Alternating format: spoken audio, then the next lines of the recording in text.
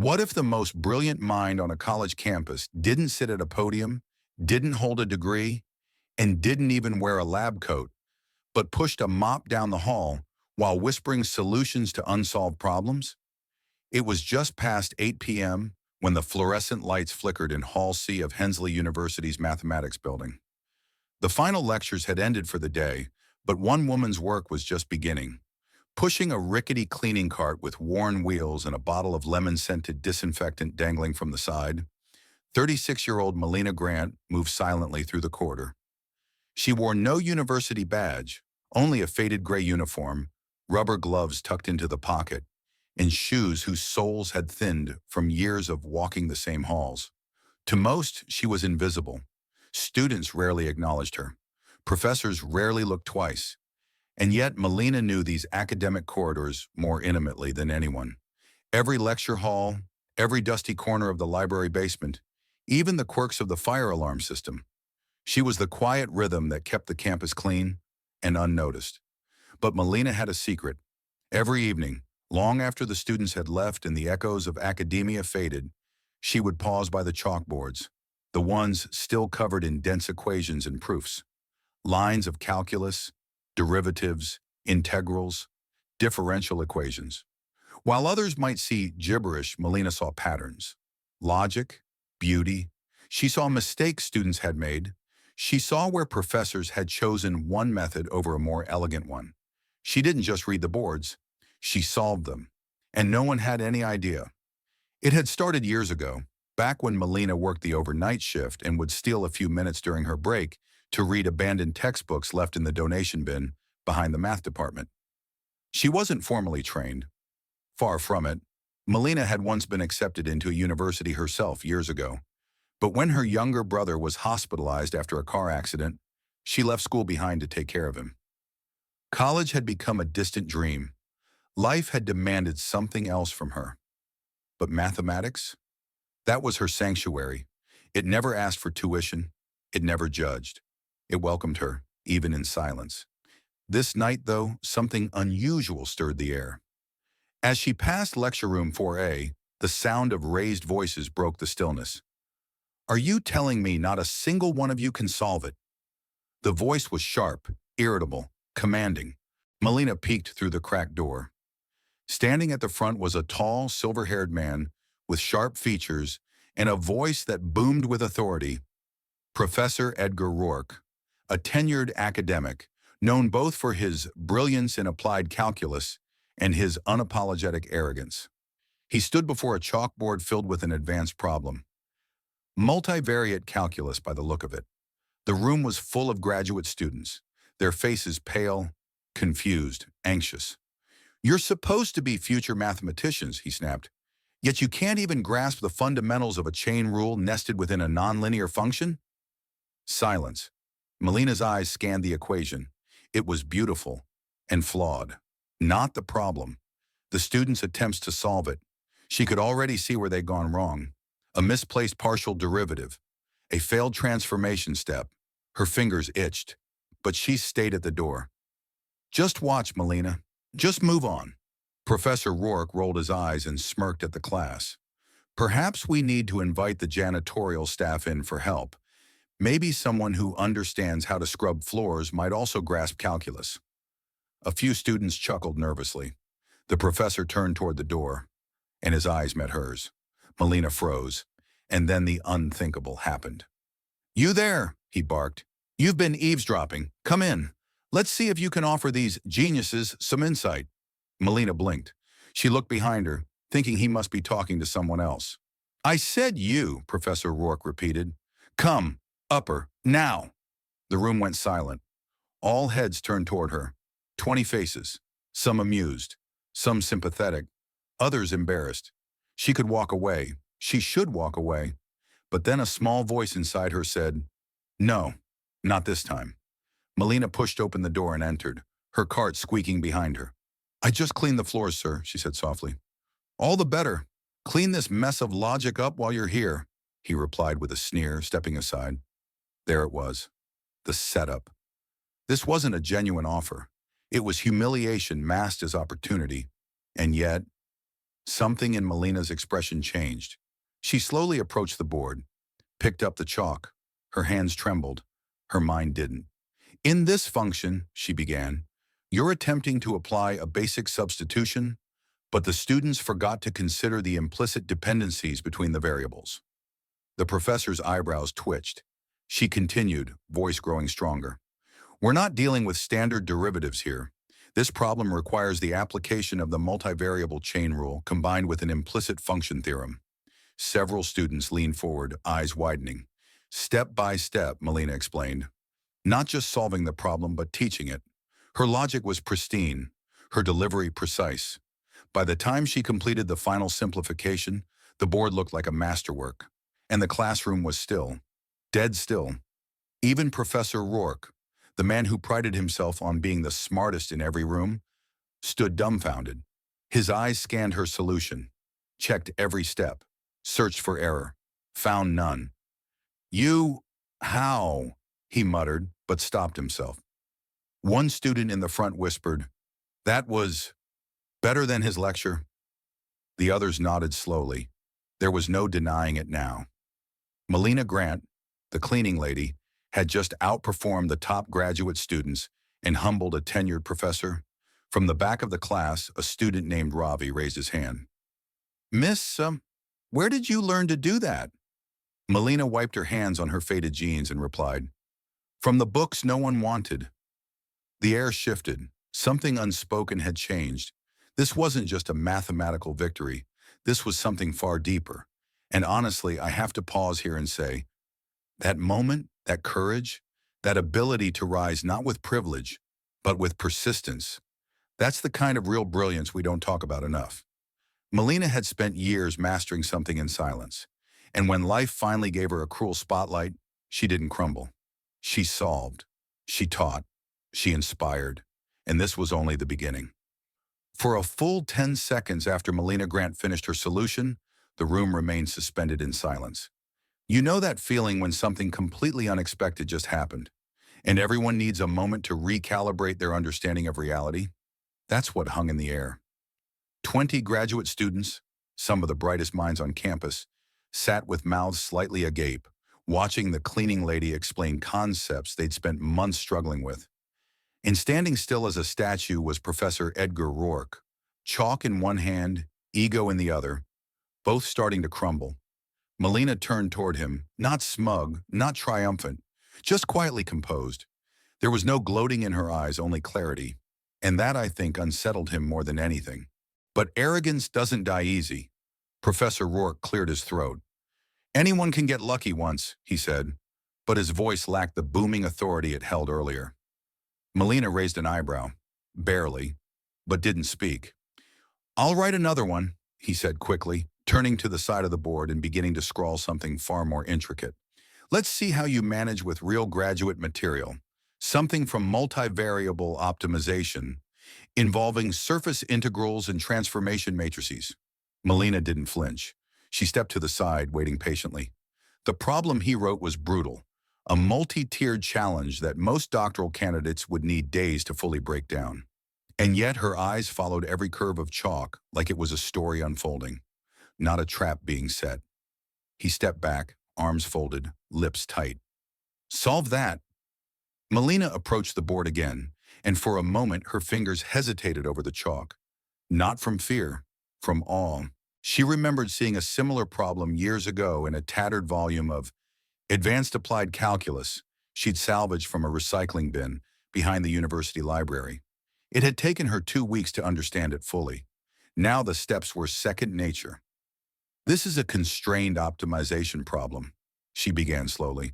The key is recognizing the interdependence between vector fields and the curvature of the transformation surface. Every word she spoke sent ripples through the classroom. Even the students who had initially looked at her with pity now leaned forward, not out of politeness, but out of genuine curiosity. Melina broke the problem into phases, speaking softly, drawing with precision, her posture natural and confident. She didn't need to prove anything. She was simply doing what she loved, and that's what made it even more powerful. Ravi, the student who'd spoken earlier, began taking notes. She's explaining it better than Rourke ever did, he whispered to the girl next to him. She nodded without hesitation.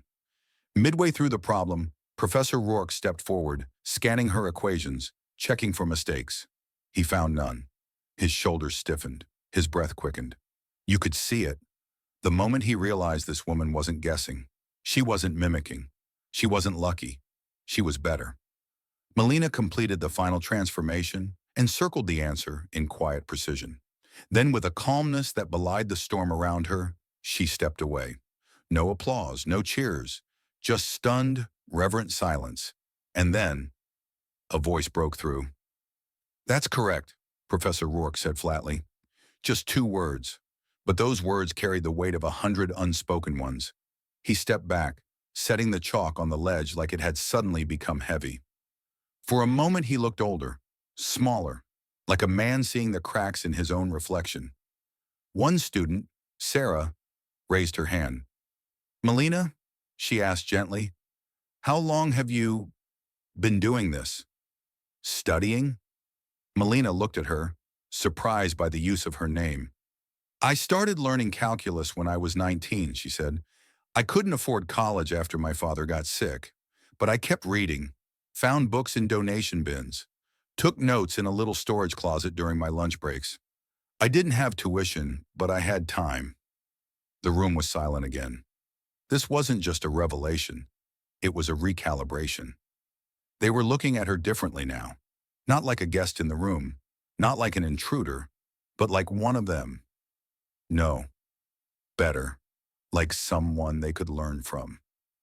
Professor Rourke walked toward her, awkwardly. He cleared his throat again, and when he spoke, his voice was no longer sharp. There's an independent evaluation track we use for admitting non-traditional students, he began, looking not at Melina but at the floor. You'd qualify, more than qualify. You've demonstrated mathematical intuition. I rarely see in first-year PhD candidates. Melina was stunned, and, if we're being honest, so was he. Was this an apology? A recognition? A backhanded compliment? Maybe all of the above. I'm not sure I'm what the university is looking for, she replied slowly. Who told you that? Sarah asked, standing now. Melina blinked. No one had to, she said. I've spent 5 years watching people walk past me. No one ever saw me as someone who belonged in a classroom. That ends today, Ravi said, now also standing. And suddenly, one by one, every student stood up. Not in protest, not in defiance, but in solidarity. To me, that moment, when a classroom of students decided to reframe what belonging looked like, that was bigger than the math. It was humanity, finally stepping forward. A student in the back snapped a photo, Melina at the board, chalk in hand, equations behind her like wings. Professor Rourke took out a business card and, with hands that trembled slightly, offered it to her. This is my direct line, he said. The admissions committee will listen to me. Let me advocate for you. You've earned that much. Melina hesitated, then took the card. And just like that, the room exhaled. As she turned to leave, Professor Rourke called after her. One more thing, he said, quieter now. You didn't just solve problems tonight. You solved people. Melina smiled, and for the first time in 5 years as she walked down the hallway, she didn't feel invisible. She felt seen. 6 months later, lecture room 4A was different. The fluorescent lights still buzzed faintly overhead, and the same rows of desks lined the floor. But where anxiety and hierarchy once dominated, now lived something else entirely. Possibility. At the front of the room stood a woman with a soft blue blouse, dark slacks, and confidence that didn't need to shout. Her name tag now read, Professor M. Grant, Mathematics Department. Yes, that Melina. The janitor who had solved a graduate-level problem on a dare. The woman who had once cleaned this very classroom every night after hours. Now teaching in it, officially. It had taken everything she had, and more. The admissions tests were grueling. The interviews were filled with skepticism. The system wasn't built for people like her. But Melina had passed with scores so high that Dr. Wells, the head of admissions, personally walked her scholarship papers over to her new office. She didn't just get in, She redefined what getting in looked like. And now she stood with chalk in hand, guiding a room full of undergrads through a series of integrals, not with intimidation, but curiosity. Mathematics isn't about showing off how smart you are, Melina said, pacing in front of the board. It's about being brave enough to not know something and persistent enough to figure it out anyway. One student in the front row, a quiet girl with thick glasses and sleeves pulled down to her palms, scribbled notes furiously. Melina noticed her immediately. After class, while most students packed up, Melina approached her. "Hi," she said, her voice gentle. "You're Lisa, right?" The girl looked up, startled. "Yes, ma'am." "I noticed you seem to follow today's lecture really well, but you haven't spoken in class yet." Lisa hesitated. I, I'm not technically enrolled," she said, eyes dropping. "I work in the cafeteria. I just sit in the back during my break." Melina didn't blink. "I used to clean this room," she said softly. "Now I teach in it." Lisa's eyes widened. Melina continued. "Would you like to come by during office hours? We can go through some problems together, if you're interested." Tears welled up behind Lisa's glasses. "You'd do that, even though I'm not really a student?" Melina smiled. A knowing, full-hearted smile. "Everyone who wants to learn is a student." Lisa nodded, unable to speak.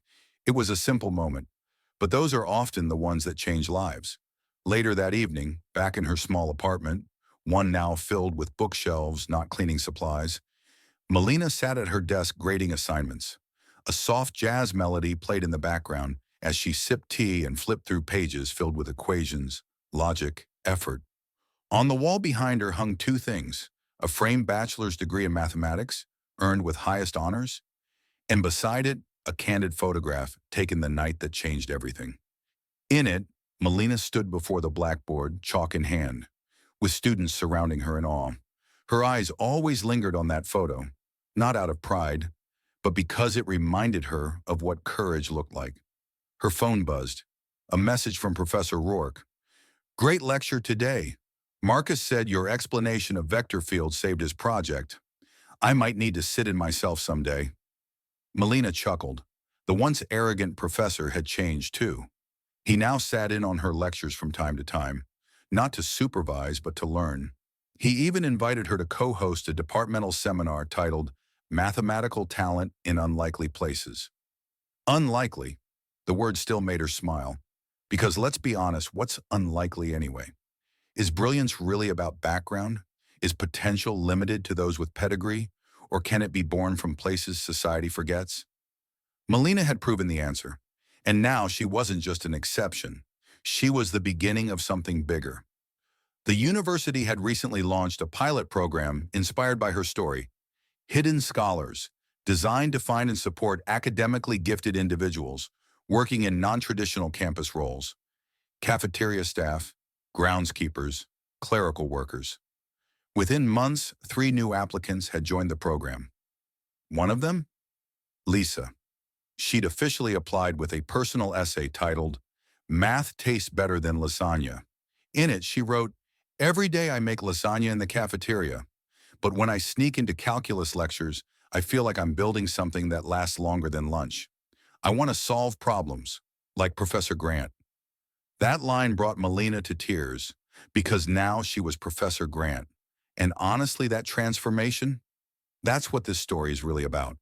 Not just one woman solving an equation, but a system, an entire room, realizing that value doesn't always wear a name tag labeled doctor.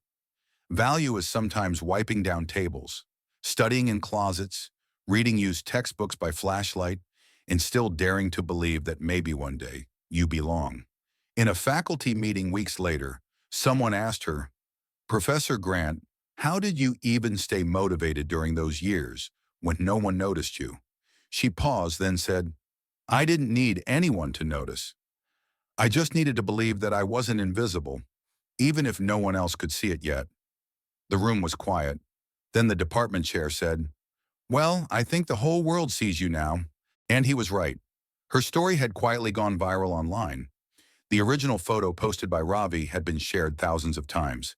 People from around the world sent her messages of support. Parents, teachers, working adults. One note read, "I'm a 44-year-old custodian in New Jersey. I cried reading your story.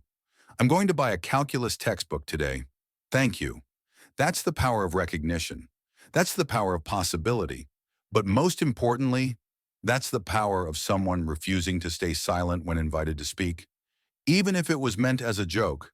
So next time you walk into a room and think you know who's the smartest person there, look again. She might be holding a chalkboard eraser. She might be wiping your table. She might be wearing sneakers instead of heels. But brilliance lives in strange places, and sometimes it carries a mop.